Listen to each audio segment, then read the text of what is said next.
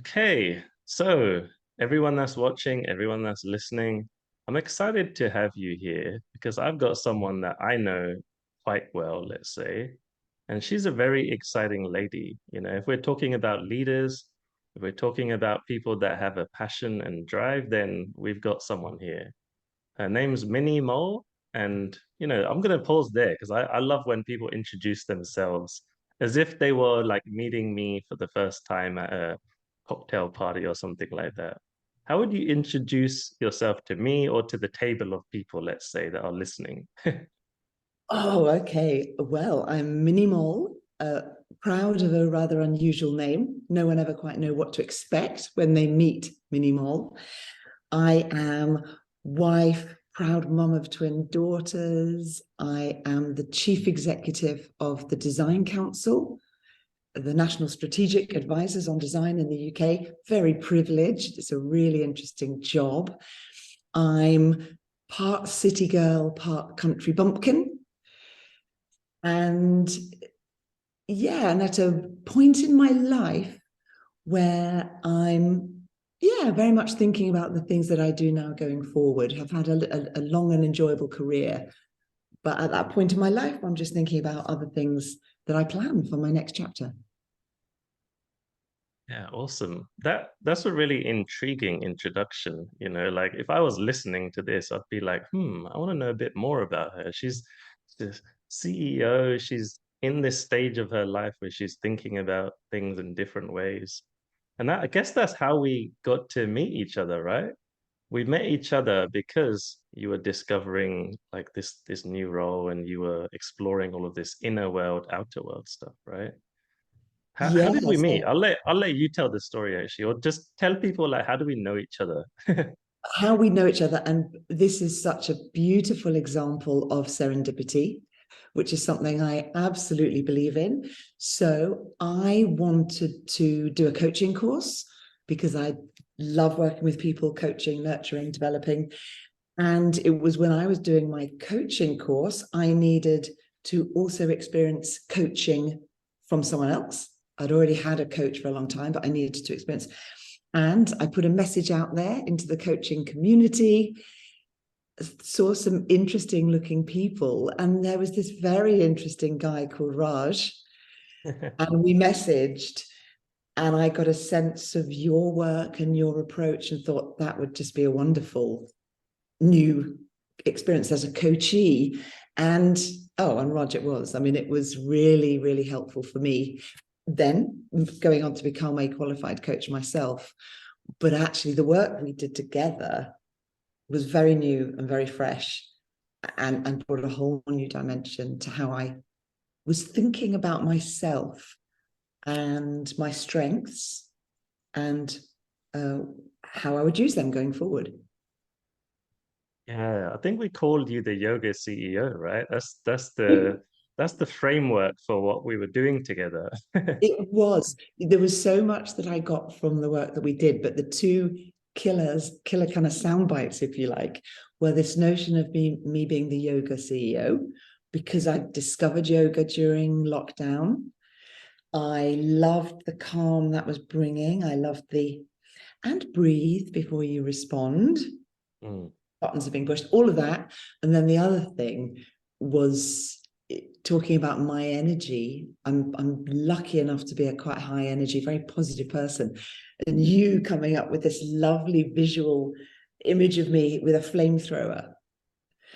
It just so worked for me, that this notion of me with the flamethrower and me learning to really master that flamethrower and be in control of it and literally not torch people in my wake. Yeah.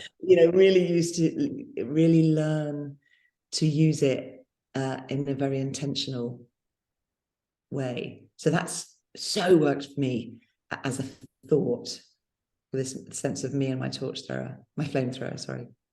Yeah, awesome. I love that.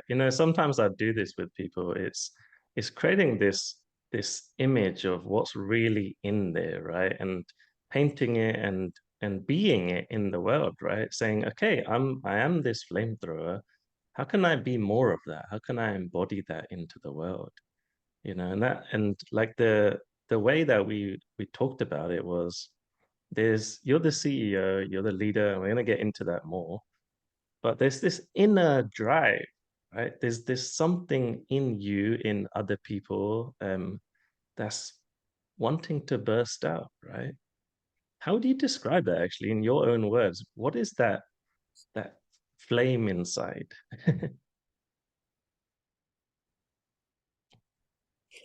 So for me, just I do see it as something I'm really lucky and grateful for.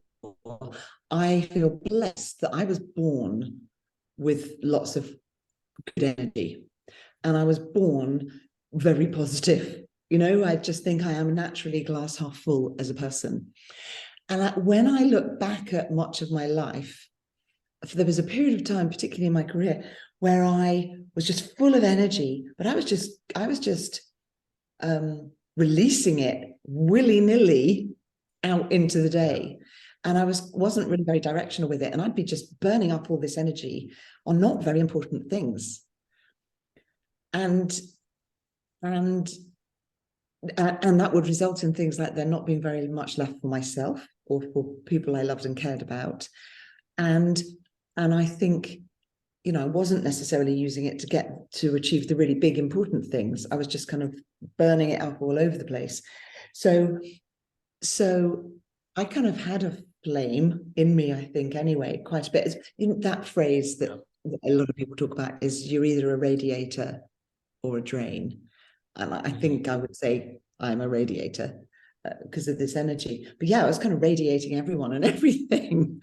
And Yeah. so for me, the flame was about, or recognizing it was about, I've got this positive energy. What am I going to do with it? Mm. So for me, the kind of aha moments in my life have been working on my own sense of purpose, getting clear on what Yeah. that is, which is essentially using my God-given positivity and energy for good. Yeah. And so being discerning about what I'm focusing it on. And then what's that flame about for me? In a way, it's I just want to make a positive difference. I want to make a positive Yeah. difference. And however long I'm here and whatever I do, I want to make a positive difference. So it's sort of, for me, was feeling I had this flame within, this real energy, and my journey has been about what am I going to do with it, and Yeah. and this ongoing sense of trying to master, a sense of mastery of how I use it, how I apply it to best effect. Yeah, that's really interesting, because really what I want people to get from this conversation and any conversation is the life force, right? I talk about life force. That's my thing. It's this thing that's inside us. But then how do we use it? Just like you said, like how do we use it? Because there's so many people that will have ideas, they'll have these sparks of like life force bursting through them. But then something stops them from saying, hey, I'm going to take the lead in my life. What do you think stops someone? Because everyone has it, right? Everyone's got that life force, that flame, have ideas sometimes in their head, but then something stops them from taking action or something stops them in their head. What do you think that is? I'm going to just sort of flip that in my answer, which Yeah. is, I think, so more like what is it that releases it? I think the Mm. thing that stops us is we don't give ourselves the time and space to think about it and work with it. I just don't think we give ourselves the time, which is why I will never regret that I actually got a coach quite a few years ago, because and it is that thing for me of getting a coach which was about creating the time and space in my life to be more still and to think about it. And Mm. I was living a life that was so fast paced, I wasn't giving myself the time or space at all. So for me, it really, so I think that's what blocks us, is not giving us the time and space, is not taking the time and space. and actually, Yeah. and it needn't be coaching, it can be other kind of space. But Yeah. that's what's unlocked it. And actually, my coach, who I have worked with for years now, her language, which I loved, and this particularly relates to people who work, I guess, and have a career, is about driving your own bus. Because I think people can go through a period of time where they're not driving their own bus. They're letting their boss drive their bus, or their partner, or Mm. someone else at work. So that was powerful for me, this sense of, if you're not driving your own bus, who is? And driving your own bus being, where's it going? You know, have you got, both hands on the wheel? Have you got a plan? Have you got a route? Have you got a map? Yeah. Yeah. The That's so knowledge and powerful. understanding, there'll be some detours, but it is that thing of having a goal, having a goal, a destination, and then actually, sorry, one last thing here. Then there's the responsibility. Mm. You're not responsible for driving your own bus. Who is? Who is? Yeah. And that kind of, when we can get into the kind of, oh, everyone else is stopping me, everyone else is blocking me, all these things have happened. I think that realization for me at one point in my life, ain't no one else going to drive my bus. I have to drive it myself. I love that. There's so much in there that I want to break down, you know. Everything you said is like, wow, where do I start? So where I want to start is let's start with the noise that might be there, right? When someone wants to drive their own bus, but you mentioned like you're hearing other people's thoughts or other people's ideas. That's something that comes up a lot in my experience. We'll hear it, even like it even could be like you said, partner. It could be some whispers that we had when we were children, where our parents said, "This is what good is. Like this is what good means." How do people move past that? It's there and it's annoying and it creates this self-doubt or this holding back, right? How does someone get beyond that? Yeah, limiting beliefs is the other, phrase I'm thinking of when you speak there. So, Yeah, so I mean, first off, is I think for most people is recognizing. I think just about everyone at some point in their life has some limiting beliefs, yeah, and it's a bit like imposter syndrome. The first step to addressing it is recognizing it exists and that you maybe have got a bit of it. So I think how you get past it is the honesty and self-reflection to realize that it exists. And then I think it depends what those limiting beliefs are. And do you know, one of the things I've discovered, Raj, is that I think it's why parenting is so challenging. I know so many people who actually their limiting beliefs really do go back to childhood, and they yeah, really could have been one unintended comment that someone made, a teacher, a sibling, their parents. It's extraordinary how powerful that can be. And so I think it is, and again, quite often it really helps if you're working on it with a coach or someone that can give you the space to reflect. You then have to just, break it down. Really, you have to mm, not work around it. You just have to work through it. But you're not going to do that until you first of all stop and acknowledge it. Um, and here's another piece of language that I love that came from my coach Kay, and this relates to a very important part of my background and history, which I have no problem being open about and talking about, yeah, is that I was sexually abused as a child, not by my family, I always want to add, but I was sexually abused as a child. And that was something I never ever told anyone. It became then something that, was a challenge for me.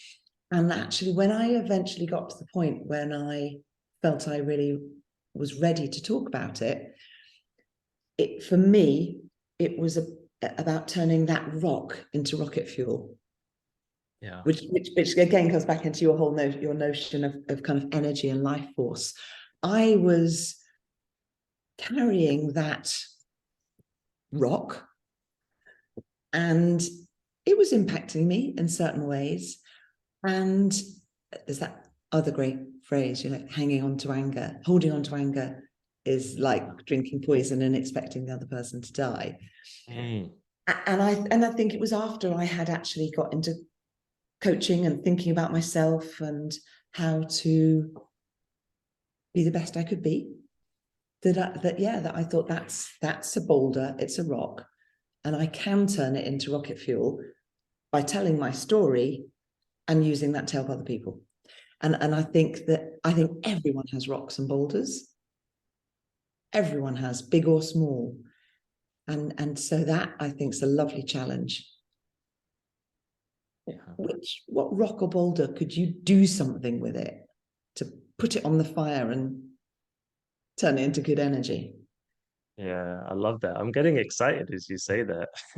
Because it's the whole thing of I sometimes use the phrase like owning it, right? Like you said, driving your own bus, owning it rather than being a victim to it, right? And it doesn't mean things have happened that, like you, for example, it's not nice things that have happened, right? But you've turned it around and that's made you, it seems like that's made you and it's driven you, right? Like Oprah Winfrey, for example, she's had all these stories and stuff. A lot of Yeah. people have had all these stories and that's driven them. Same for me, actually. The whole reason I'm doing all of this stuff, people say to me, "You're so calm, Raj," and it's because I had to become calm. So I Mhm. wasn't calm before. I had to learn how to get out of my head, right? And I think when someone can do that, it becomes their superpower, right? The kryptonite, it shifts, like you said, it turns into that rocket fuel. Yeah, yeah, and I remember reading about you, on your website at the time, and I just thinking that's what makes you such a brilliant coach, is having gone stuff, and actually, yeah, back to that superpower, and actually, this is because I'm very comfortable talking about it. I know it's specific, but I think it makes the point. Is when you have been the victim of abuse of any sort, or the victim of something else, that you have been in the position of feeling like a victim still about it, and shame and blame and a whole load of stuff that goes with that. When you can cut through it, put it on a fire and burn it to create rocket fuel, you take your power back. You take your power back. And I absolutely felt this sense of that person has no power at all over me anymore. And it does, it gives you your power back. And so yes, that thing of kryptonite, because then of course you can use that to get other things that you can turn into power, other stories, other things to do that have been part of your life experience. Yeah. I'm really feeling that one in my heart. So thanks for being so open and sharing that. I think that's such a powerful message for people. Hmm. And it's like, yeah, it creates something in someone, right? It drives them. Yeah. And I'd love to hear more about your story then. So to tell everyone, was there a point that came in your life where, like you said, you harnessed this power and then you decided to become a leader? Like, how did this happen? How did you become a CEO? So I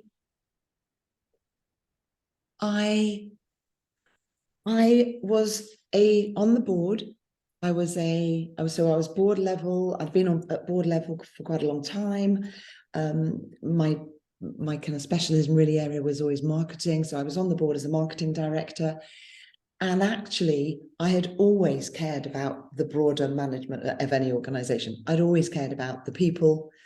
I'd always cared about just all kinds of other organizational stuff, culture, and so on. Uh, Not quite so fascinated about the finances, but always been very, very clear that, businesses are also there to make profit and so on. So a very holistic view. And actually, Raj, I look back on it now, and there was a bit in me that felt like I really actually want to be in charge, because so much of the leadership I'd seen, I didn't think was very good. I had seen some very good leadership. I'd seen quite a bit of what I thought was really not very good leadership. It just so happens that actually some of that was from some quite difficult men, just putting that out there. And so there was a bit as well for me about, and also someone like me being a chief exec, not just female, but someone who I have always felt, really quite authentic, and someone who'd been a punk and had a bit of attitude. So I really actually thought I really actually do want to become a chief executive. So how am I going to go about that? So I drove my bus. I created a plan. I shortlisted the companies I was going to go after. And it was by having a plan, literally by having a plan, that I put myself in front of the right people and the right organizations. And I got a job as a joint chief executive in the first instance. And then, again, very intentional. This is in my last 3 job moves, I have been really focused and really intentional about what I was going after next. And if I wasn't driving my bus with a clear destination, I wouldn't have got there. But I did. And I actually, I got each job I then wanted and went after. And there is an amount of satisfaction for me that I have absolutely done it on my terms. And that is about the cultures that I've been proud to help create.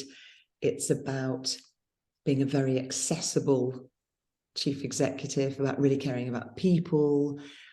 If there's a big normal classic boardroom table and we all go into a meeting, I'll go anywhere but the head of the table.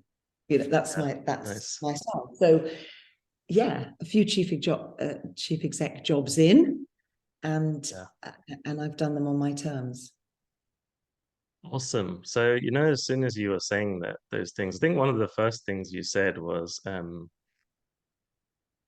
you said you're seeing how other people were doing it, but something inside you knew that there's a different way, right? It's just different. It's your style. I think that's a huge driver for a lot of people. It was for me as well. I saw like personal trainers, for example, being just body focused and making it all about body image and all of the complications and making it so complicated, right? And I was like, this is not good. They're just going to make people obsessed with their bodies. And it gave me this drive to start doing my own thing to show people how to do it holistically, right? So I love that. So that's for me, and I think for you as well. When you get that spark that is ready to move through the mind or whatever excuses or whatever is coming up, right? Because you have this idea now. You've got this idea, and then you talked a lot about this vision and plan, right? So let's say someone has an idea. What do they do next? How do you create a vision or a plan? Let's say you wanted to do something. How do you turn that into real? And I know you're getting excited because this is what you're really good at, right? It is. It's really my bag. And in the glorious world of Zoom, may I hilariously say, excuse me 1 second while I let my dog out. Yeah, no problem. That's all good. We're in real life, guys. This is how things work. We are in real life, and I'm back in the chair, and Archie's now in the kitchen. This is where the coaching that I've received in my life, which has been about, 360 Minnie Moll, it's been about work, it's been about life hacks I work and so on. But the principles, I believe, are absolutely the same in leading Minnie Moll and leading an organization. They're exactly the same. So in terms of having a vision, I think I've learned to vision, and someone who is starting right now at a simple level, it's what do I want? What is it I want for myself, for my company? For what is it I want? What do I want to have happen? And then there is that texture of thinking ahead. I do a year review every year, and then I vision what I want to have happen and what I want to be thinking and feeling on the 31st of December at the end of this year. And that whole thing of what am I thinking? What am I feeling? what's happened, what am I proud of, and really bringing texture to that vision. And then work backwards. Okay, so how am I going to make that happen? And that's whether it's Minnie Moll PLC or whether it's the design council. I think it's the same thing. And the more vivid and exciting the vision is, you were saying before, I see when you get excited, you seeing when I was getting excited. I want that vision for myself or the design council to make me feel excited, because then there's a pretty good chance I'm going to make it happen.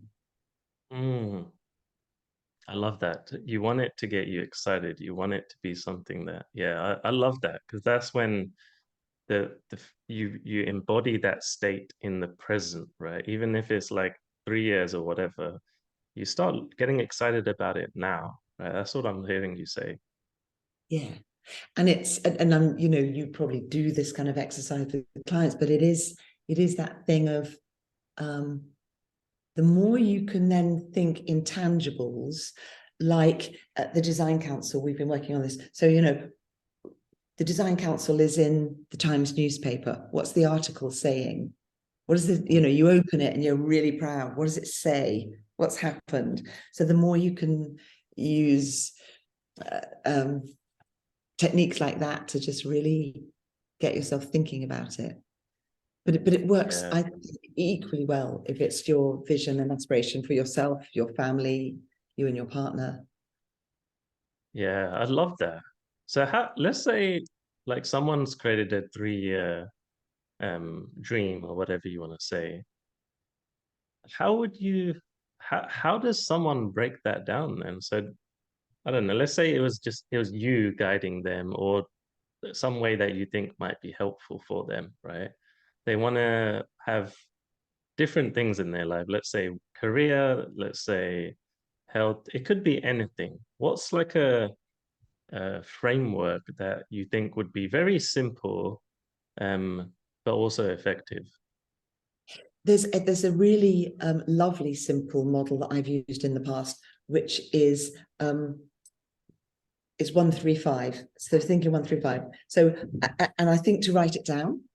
I like to write things down, and I like a big pen. Yeah, it's a pad and a pen.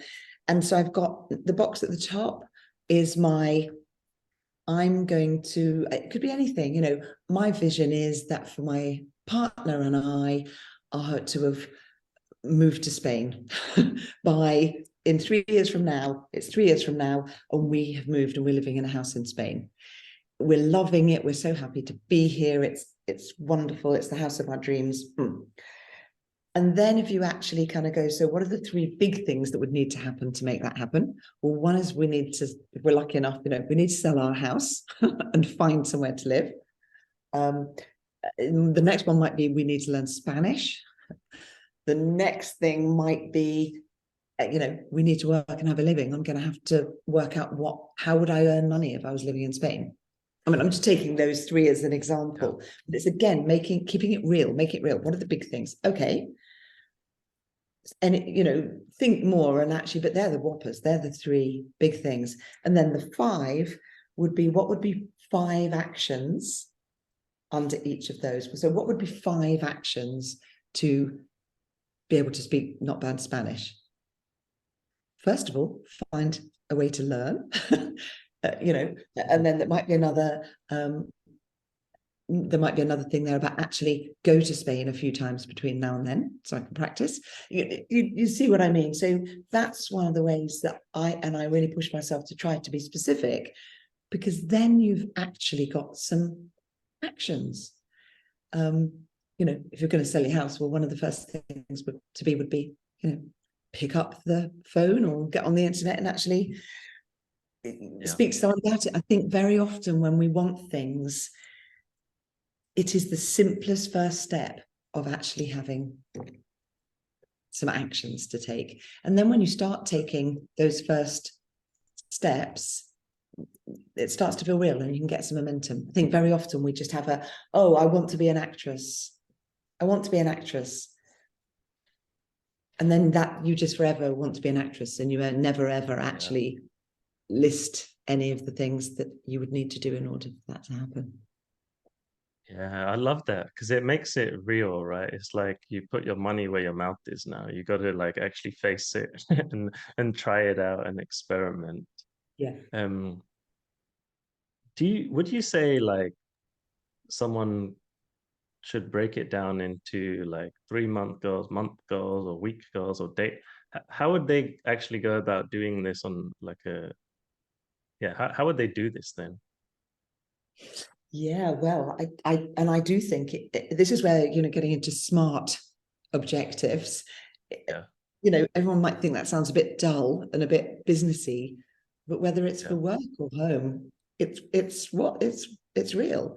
So I think the time frame thing is real, and I think that if they're too far out, again, that runs the risk of not doing them. I'm going to start learning Spanish, maybe next year.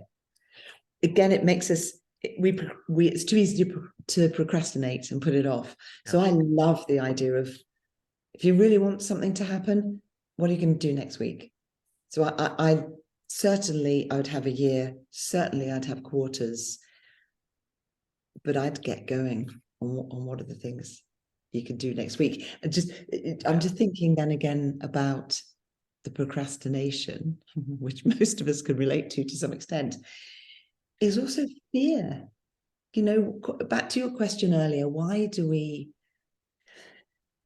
sometimes not release the flame and the energy? And there's no question sometimes that's fear of failing.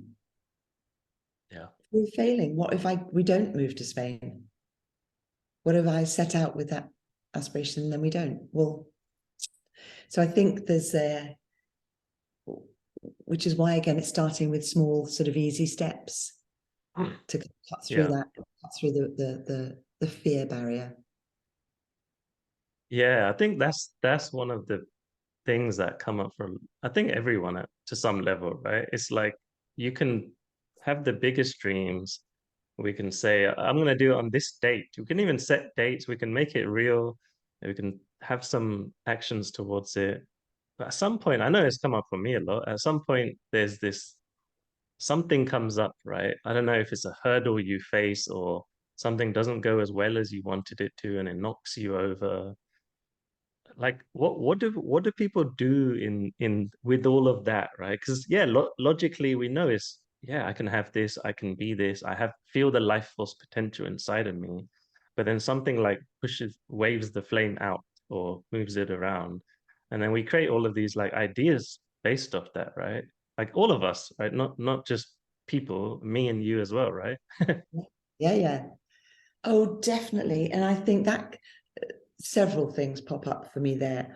First off is that's going to happen to all of us. We're going to get knocked down, and we're going to have to. We need to get good at brushing ourselves off and standing back up. That again comes to me to the power of the vision and visualizing it, and it's why loads of really inspiring people make it real. So there's maybe a picture of Mount Kilimanjaro on their fridge, or there's something that's a reminder in their wallet, or so that thing of make it real. So whenever you're feeling doubt or is exhausted, you can remind yourself why achieving that goal is going to be so good in the end. So there's the sort of positive. And actually, Raj, for me, one of the things I've really learned is, because I give a lot of energy out to other people, I know that I need to have energizers around me as well sometimes. I sometimes Yeah. know I need my batteries recharged. It's and that again is why I think I will probably continue having a coach forever, because that's one of the places I get it. But it's friends as well. We've all got the friends who sort of are a bit needy and maybe tend to come away from an evening with them where we didn't get a load of energy back. But we love them anyway. But also it's important to have friends that energize us and help fill our cup. Yeah, yeah, that's a really good point actually. this cup of life force, right? Like friends, being around good vibes, and then even like you said, like when you're being okay with like your cup gets drained sometimes, Mm. but then knowing how to fill it up and how to get it fully recharged, right? Yeah. So what are yours? Like what are your habits? I know you don't have that much time in the world, right? Probably a busy person. What are your big most powerful life force filling habits or rituals or whatever you want to call them? And I love that I don't miss a beat in telling you because I've thought a lot about it. So the first one that is absolutely critical for me is outside and nature. I there's nothing that energizes me more than fresh air, nature, trees, fields, sky, and I need it. And I'm really lucky. I live in the country, and I'm kind of half in London, half in the country. We have a Archie, who you've already met. My walk when I'm working from home every single day, walking him, think well when I'm walking. So nature for me, I just have to. The other thing, which I so love, I've come to it late in life, is yoga. I thank you, yoga, because it was something I've had the time to do finally in lockdown, having always thought I'd love it, but never had the time. I love it. I practice yoga even if it's the tiniest little bit every day now. And it just works really, really well for me. Hence you coining the phrase, the yoga CEO. So absolutely that's absolutely key for me. They're my two biggies. Yeah, cool. Yeah, and I think everyone has to figure out what that is for them, right? I love yoga as well, but sometimes I'll lift weights or run or and be around people, like you said, nature. There's all different things. Like, what are you putting into your body? Does that feel energizing or does that send you to sleep? That kind of stuff. Yeah. Yeah, I think it's really important because it's like we can have these dreams and ideas, we can have strategy, but the car, like or the bus, like you say, it needs good fuel, right? It needs to be fueled, it needs to be running well for any of this to even happen. Yeah. When you were talking then, I did think of a third thing for me, which is I thrive when I feel I am learning and bringing on more tools, ideas, inspiration. I just, when you just feel inspired by someone, that fills my cup. And actually, walking Archie earlier, listening to Michelle Obama's most recent book, which I'm loving, and so this week, one of my favorite thoughts has been her wonderful thing. She and her husband's wonderful thing about when they go low, we go high. Mm. And that's just a thought that applies to in your personal life and integrity. It implies at work. And so I love to have new thoughts, ideas, um, inspiring wisdom to just be playing with. That feels like it's, you know, topping up my fuel. Yeah, as you're speaking, I really got that sense of yeah, like you said, the high vibes, right? Something that just feels like it's in a high vibration to you. Could be anything. Like people like to read books, people like to learn things, whatever, right? Whatever that gives us that shift. I know for me, um, it's very easy for me to know what gives me that shift. And it's very easy for me to fall out of that into these low states, right? So it's like there's this, and I'm going to ask you actually, um, I sometimes call it a state of light or love, right? Something's lit up. Mm-hmm. What does love mean to you as an energy, right? Rather than like, I love you or I love this person. Yeah. What does it mean as a something moving, bursting out of you? Oh, um, these are just the words that wholeheartedness, Love is open, it's expansive, it's the exact opposite of kind of closed in. It's open and expansive. There's a lightness. There is a lightness, and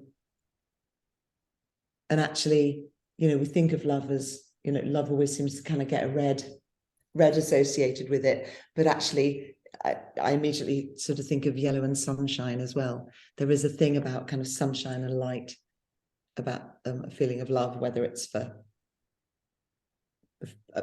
seeing a butterfly or your partner or whatever. So yeah, it's good energy. Yeah, I mean, that's another thing. Love is the most beautiful energy. Yeah.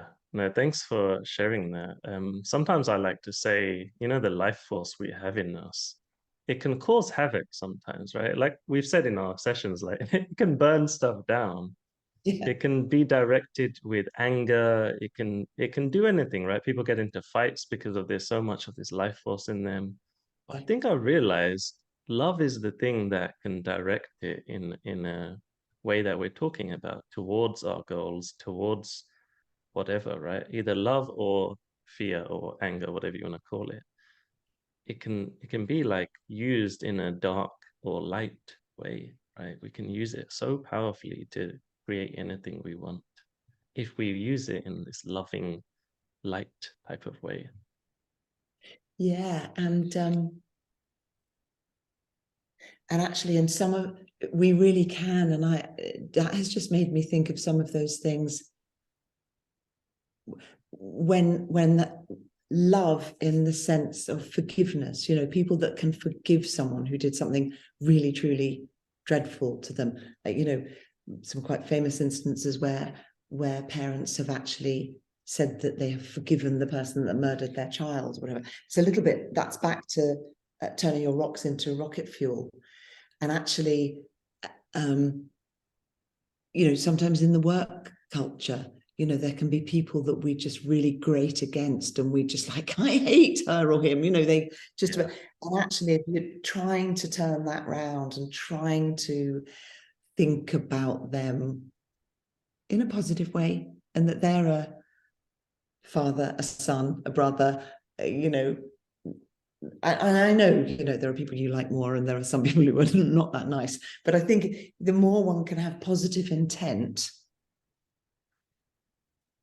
as something that's like, sort of a little bit close to being able to kind of feel loving towards everyone, then that's actually really liberating. Yeah. I think it's a game changer, and I think that's probably where we'll leave our conversation, because it's like if you can lace love through all of this stuff we spoke about, right? Through your plan, through your strategy, if that lovingness, that positive intent is laced across all of it, it becomes fun and it becomes something, like you said, it opens something up. So I love that, it's a really good place to end it because if someone was listening to this and they're like, there's a lot of stuff there, where do I start? I think for me anyway, I think it's starting to find that light or that thing within us. And then the life force, the stuff that we use as fuel can go with that. And then we can create whatever we want. I think there's an unstoppable energy at that point. Yeah, there really is. I think, and on that, my final thought really, as we're coming to a close, is that, and this, I know this is a cliched phrase, but actually I remind myself of it, is that this isn't a rehearsal. This isn't a rehearsal. Each day is precious time. It's the precious commodity we have. So I think there's this sort of slight time imperative to be doing as you say, and actually be, the sooner we each, look at our light, get a sense of what it is that we can do, what's our life force, and what we're going to do with it,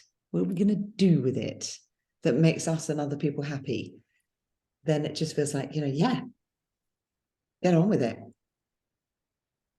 Get on with it. I love that.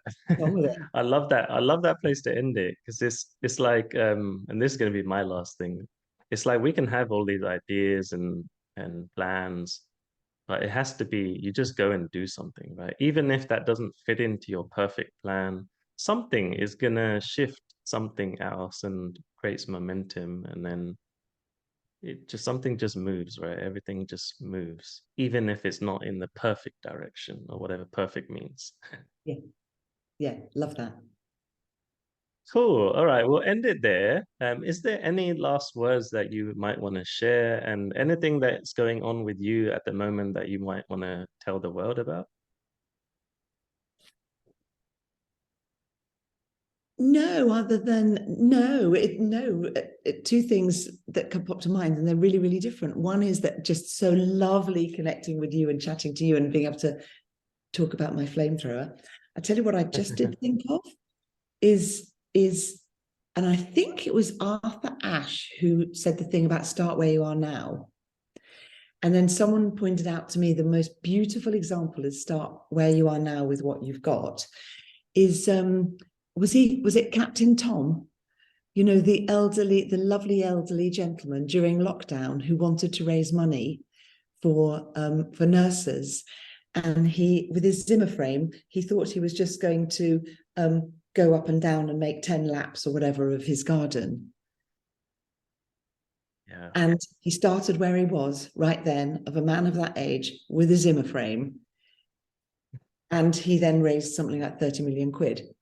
And it just, you just made me think of it when you said that. Just start somewhere with something, because it will start something else. And, you know, that's Captain Tom, Colonel Tom. That's exactly what he did. And what an extraordinary outcome from that.